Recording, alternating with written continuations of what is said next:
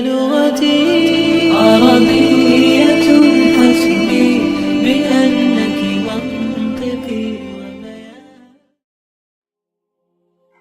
রমাদান উপলক্ষে ইনসাইটস এর বিশেষ আয়োজন তারাবির সালাতে কোরআনের বার্তা। আজ শুনছেন ১৯তম তারাবির পঠিতব্য অংশ থেকে বিস্তারিত কোরআনের বার্তা। ১৯তম তারাবির পঠিতব্য অংশ কোরআনের ২২ নম্বর পারা। এ পারায় রয়েছে সূরা আহজাবের শেষ অংশ, সূরা সাবা, সূরা ফাতির ও সূরা ইয়াসিনের কিছু অংশ। ঘটনাবলী: যায়েদ বিন হারেসা রাদিয়াল্লাহু তাআলা আনহু ছিলেন প্রিয় নবী সাল্লাল্লাহু আলাইহি ওয়াসাল্লাম এর পালক পুত্র। নবীজির ফুফাতো বোন জায়নাবের সাথে তার বিয়ে হয়, কিন্তু দীর্ঘদিন অতিবাহিত হওয়ার পরও সংসারে বনিবনা হচ্ছিল না। যায়েদ রাদিয়াল্লাহু তাআলা আনহু তালাকের ব্যাপারে পরামর্শ চাইলে রাসূল সাল্লাল্লাহু আলাইহি ওয়াসাল্লাম সংসার চালিয়ে যাওয়ার পরামর্শ দেন, কিন্তু একটা সময় তালাকের পথই বেছে নিতে হয় তাদেরকে।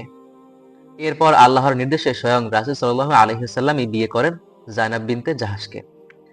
জাহিলি যুগে পালক পুত্রের তালাকপ্রাপ্তা স্ত্রীকে বিয়ে করা দোষণীয় মনে করা হতো। সেই প্রথা ভাঙতে মহান আল্লাহর নির্দেশে রাসূল সাল্লাল্লাহু আলাইহি ওয়াসাল্লাম জায়েদের তালাকপ্রাপ্তা স্ত্রীকে বিবাহ করেন। বাতাসের উপর কর্তৃত্ব ছিল সুলাইমান আলাইহিস সালাম এর একটি মুজিজা। ১ মাসের পথ তিনি এক সকাল কিংবা এক বিকেলে অতিক্রম করতে পারতেন। কোন কোন বর্ণনা মতে তার সিংহাসন বাতাসে উড়ে চলত।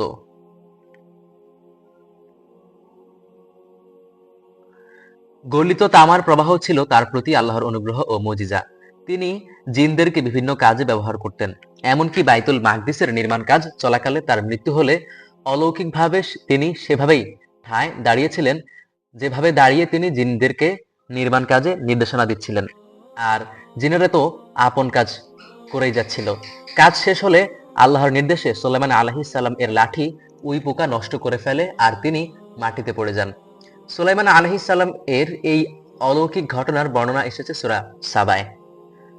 ইয়েমেনের অধিবাসী সাবা সম্প্রদায় ছিল ফল, ফসল এবং শিল্প সংস্কৃতিতে সমৃদ্ধ। আল্লাহ তাআলা বহু নিয়ামত দান করেছিলেন তাদের। বিলাসিতায় গা ভাসিয়ে তারা আল্লাহকে ভুলে গিয়েছিল। শিরকের মতো ভয়ঙ্কর অপরাধে তারা জড়িয়ে পড়েছিল। তাদের মাঝে বেশ কজন নবী রাসূল প্রেরিত হন, কিন্তু তারা নবীদের আহ্বানে সাড়া দেননি। মহান আল্লাহ বাঁধ ভাঙ্গা সর্বব্যাপী বন্যার আযাব দিয়ে তাদেরকে ধ্বংস করে দেন। আল্লাহর পথে আহ্বানের জন্য এক জনপদে কয়েকজন রাসূল প্রেরিত হন। তারা ঈমান ও আল্লাহর আনুগত্যের প্রতি আহ্বান করেন জনপদবাসীকে, কিন্তু তারা রাসূলগণকে মিথ্যাবাদী আখ্যা দেয়, অপয়া বলে তাদেরকে পাথর ছুঁড়ে হত্যার হুমকি দেয়। শহরের প্রান্ত থেকে এক লোক দৌড়ে এসে রাসূলদের আনুগত্যের আহ্বান করে জনপদবাসীকে বললেন, যারা তোমাদের পথ প্রদর্শনের জন্য কোনো বিনিময় গ্রহণ করেন না তারা সঠিক পথের অনুসারী, তোমরা তাদের অনুসরণ করো। তিনি নিজে ঈমান এনে তাদেরকে তাওহীদের দাওয়াত দিতে লাগলেন। জবাবে নিষ্ঠুর সম্প্রদায় তাকে হত্যা করলো। এরপর একজন ফেরেশতার একটি বিকট আওয়াজ তাদেরকে সমূলে ধ্বংস করে দিল। ঈমান আকীদা: হযরত মুহাম্মদ সাল্লাল্লাহু আলাইহি ওয়াসাল্লাম সর্বশেষ নবী ও রাসূল। রাসূলের পর সংঘটিত হবে মহাপ্রলয়। অগণিত হাদিসে বিষয়টি বর্ণিত হয়েছে। কোরআনেও বিষয়টি উল্লেখ করেছেন মহান আল্লাহ তাআলা। ঈমানের গুরুত্বপূর্ণ স্তম্ভ তাকদীর। কোন নারী যা গর্ভে ধারণ করে এবং যা প্রসব করেন তার বিস্তারিত সবই আল্লাহ জানেন। মানুষের লম্বা এবং সংক্ষিপ্ত হায়াত এর সবই আল্লাহর কিতাবে লিপিবদ্ধ আছে। আদেশ: নারীদের গৃহে অবস্থান করা, বিশেষ প্রয়োজনে বাইরে যাওয়ার অবকাশ রয়েছে। সালাত আদায় করা, যাকাত আদায় করা, রাসূলের আনুগত্য করা, অধিক পরিমাণে আল্লাহর জিকির অর্থাৎ স্মরণ করা, সকাল সন্ধ্যায় আল্লাহর তাসবিহ পাঠ করা, আল্লাহর উপর ভরসা করা, গায়েবে মাহরাম নারীদের কাছে কিছু চাওয়ার প্রয়োজন হলে পর্দার আড়াল থেকে চাওয়া, রাসূলের প্রতি দুরূদ ও সালাম পাঠ করা, তাকওয়া অবলম্বন করা এবং সত্য সঠিক কথা বলা, সৎ কর্ম করা, আল্লাহর কৃতজ্ঞতা প্রকাশ করা, আল্লাহর নিয়ামতের কথা স্মরণ করা, শয়তানকে শত্রু গণ্য করা। নিষেধ: মহিলাদের জন্য পরপুরুষের সঙ্গে কথা বলার সময় কোমলতা অবলম্বন না করা, মুসলিম নারীদের জন্য জাহিলি যুগের মতো সৌন্দর্য প্রদর্শন না করা, কাফির মুনাফিকদের আনুগত্য না করা, অনুমতি ব্যতীত কারো ঘরে প্রবেশ না করা। বিধিবিধান: মুসলিম নারীকে মাথার উপর ওড়না টেনে পর্দার নির্দেশনা দেওয়া হয়েছে। এটা মুসলিম নারীর আভিজাত্যের প্রতীক। কেউ যেন তাদেরকে উত্ত্যক্ত বা কুকল্পনা করার সুযোগ না পায়, এজন্য পর্দার বিধান। এছাড়া জাহিলি যুগের নারীদের মতো সাজসজ্জা প্রদর্শন করা নিষেধ। মুসলিম নারীর কোমলতা এড়িয়ে স্বাভাবিকভাবে কথা বলবে, সেই বিধানও বর্ণিত হয়েছে।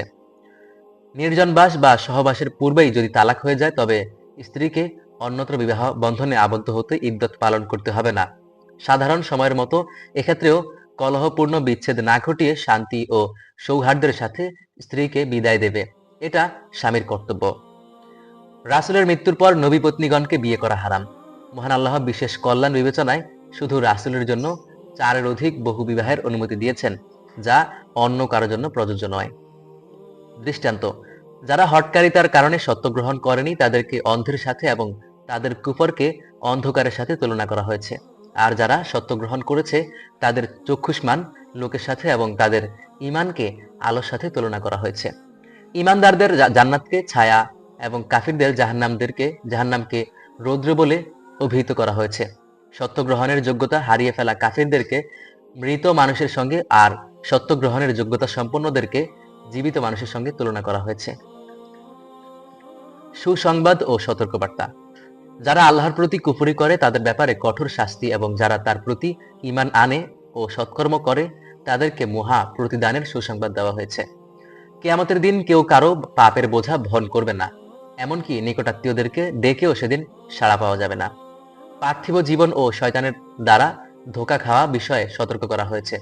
আল্লাহ তাআলা বলেন, হে মানুষ, নিশ্চয়ই আল্লাহর ওয়াদা সত্য, সুতরাং পার্থিব জীবন যেন কোনোভাবেই তোমাদের ধোঁকায় না ফেলে, আর আল্লাহ সম্পর্কেও যেন মহা ধোঁকাবাজ শয়তান তোমাদের ধোঁকায় না ফেলে। নবীর প্রতি দুরূদ পাঠের নির্দেশ: মহান আল্লাহ তার নবী সাল্লাল্লাহু আলাইহি ওয়াসাল্লাম এর প্রতি রহমত বর্ষণ করেন।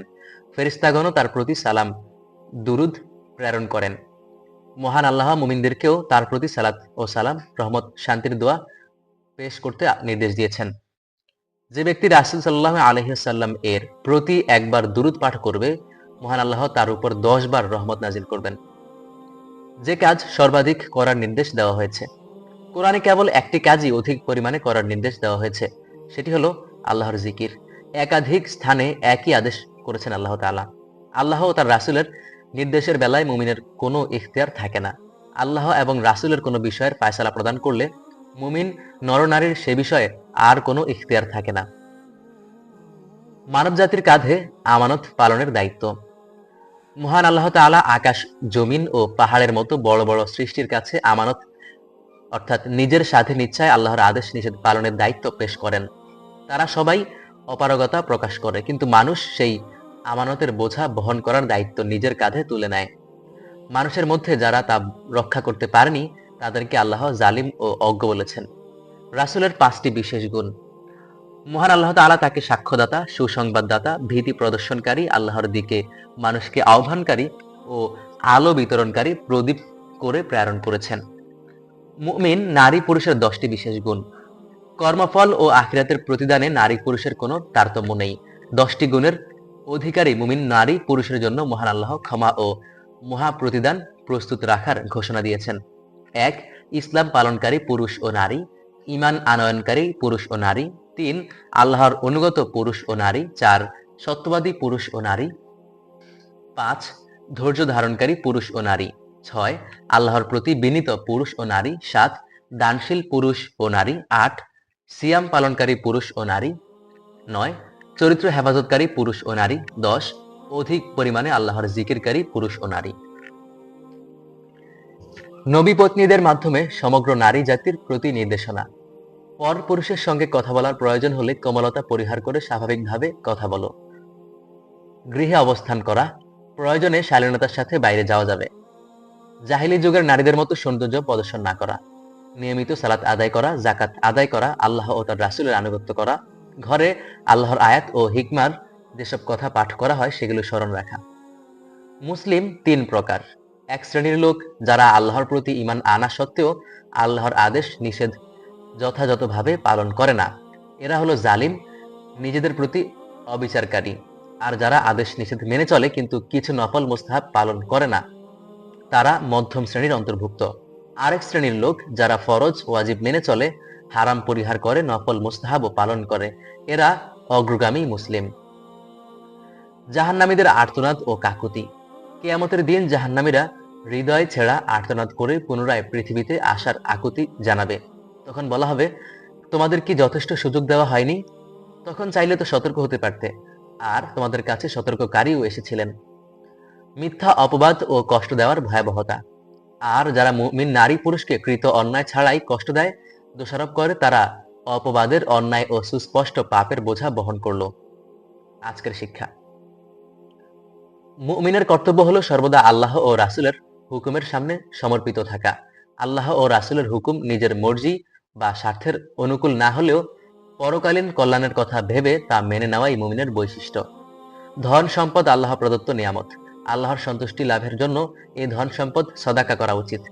সদাকা করলে ধন সম্পদ কমে না, বরং মানুষ যাই ব্যয় করে আল্লাহ দুনিয়াতে তাকে বিকল্প দান করেন। আখিরাতেও রয়েছে তার জন্য উত্তম বিনিময়। এজন্য আল্লাহর রাহে ব্যয় করার ক্ষেত্রে কার্পণ্য করা উচিত নয়।